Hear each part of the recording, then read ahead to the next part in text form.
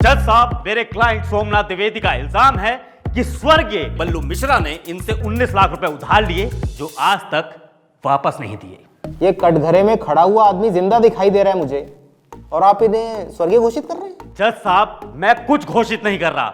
यह आदमी मर चुका है, जीवित नहीं है। जी जज साहब, ये बिल्कुल ठीक कह रहे हैं। हमारा नाम ही स्वर्गीय बल्लू मिश्रा है। हरिओम हरिओम। कटघरे में जिंदा खड़े और खुद को स्वर्गीय बोल रहे हो? हाँ? झूठ बोलने पर कंटेम्प्ट ऑफ कोर्ट का केस दर्ज कर दूंगा तुम्हारे ऊपर। लेकिन जज साहब, केस तो हो ही नहीं सकता है ना, काहे कि सरकार ने जो है वो हमें मृत घोषित कर दिया है। सर मैं आपको बताता हूँ, मेरा नाम है सोमनाथ द्विवेदी और जब 8 साल पहले ये बल्लू गांव आया था तो इसने टेढ़ा मेढ़ा एक बिजनेस सुनाया मुझे और मेरे से 15 लाख रुपए लोन ले लिया और कहा कि बिजनेस में जो फायदा होगा उसका आधा मुनाफा मुझे देगा। लेकिन केस तो तुमने 19 लाख का किया है। जज साहब, 4 लाख रुपए इंटरेस्ट के हैं। 15 लाख रुपए लेने के बाद ये भाग गया, फरार हो गया। फिर इस पे केस किया गया। पुलिस वाले पिछले साल तक इसे ढूंढने में असमर्थ रहे और पिछले साल ही सरकार ने इसे मृत घोषित कर दिया। तो भाई बात ऐसी है कि मृत पे तो कोई केस बनता नहीं वैसे। अरे सर ऐसा मत करिए, आप कुछ भी करके मेरे पैसे निकलवाइए इससे। ये कोर्ट है, वसूली का ऑफिस है? कोर्ट है, ये वसूली का ऑफिस नहीं है। हाँ तो बल्लू मिश्रा स्वर्गीय जज साहब, स्वर्गीय बल्लू मिश्रा। जो भी हो, स्वर्गीय जिंदा जो भी हो, कहाँ थे इतने दिनों से? दिन नहीं सर, साल। 8 साल गायब था ये।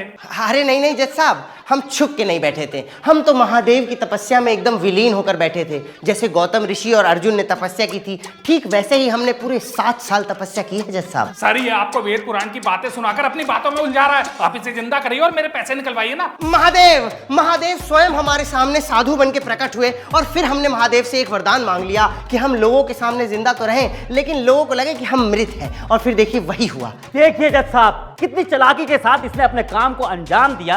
अब तो फैसला आप ही करिए सर, क्या सही है और क्या गलत। अब 7 साल से खोए हुए व्यक्ति को अगर सरकार मृत घोषित कर देती है तो इसमें हमारी क्या गलती है जज साहब? जज साहब, तपस्या इसकी और श्राप मुझे, वो भी 19 लाख का। ये कोई इंसाफ थोड़ी हुआ।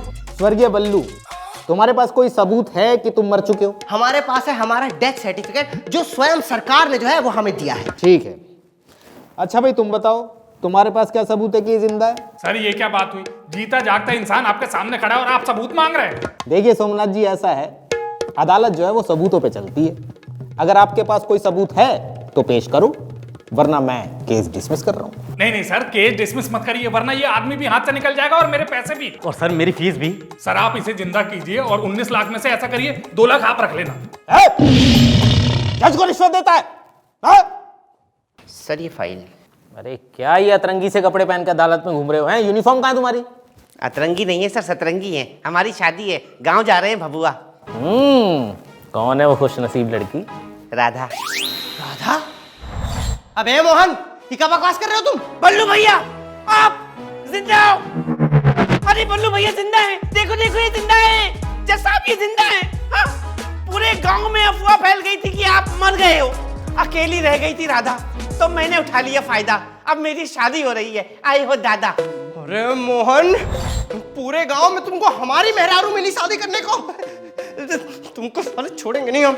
जज साहब, मोहन के बच्चे रुक तू। तेरे को नहीं जान दूंगा मैं। जज साहब इनको कोर्ट में ही रखो, हमें राधा से शादी करनी है। हम राधा को प्यार करते हैं। ये वकील छोड़ो हमको, हमारी बीवी का सवाल है भाई। अरे मेरी फीस का सवाल है। पहले बल्लू कबूल कर कि तू जिंदा है। नहीं करेंगे, मत कबूल करना, मर गए जज साहब। अरे करने नहीं तो तेरी बीवी के साथ शादी करने का ये। अरे हम नहीं करेंगे, बिल्कुल मत करना। राधा से हम शादी करेंगे। अरे बल्लू जल्दी कबूल कर, नहीं तो तू जिंदगी और बीवी दोनों से हाथ धो बैठेगा। बोल तू जिंदा है। हाँ हाँ, हम जिंदा है। अरे छोड़ हमको। अरे जा, पहले जज साहब को फैसला सुनाने दे। जज साहब फैसला सुनाओ। तमाम गवाहों और सबूतों के बयानात अदालत इस नतीजे पर पहुंचती है कि स्वर्गीय बल्लू जिंदा है, इसलिए अदालत स्वर्गीय बल्लू को जिंदा घोषित करती है। और सोमनाथ के 19 लाख रुपए जो तुमने कर्ज लिए थे वो 6 महीने के अंदर तुम्हें सोमनाथ को लौटाने होंगे। और अगर ये रकम 6 महीने के भीतर नहीं लौटाई जाती तो तुम्हें 8 साल की तपस्या मतलब 8 साल की सजा सुनाई जाएगी। Case dismiss. अरे छोड़ो हमको। मोहन, मोहन!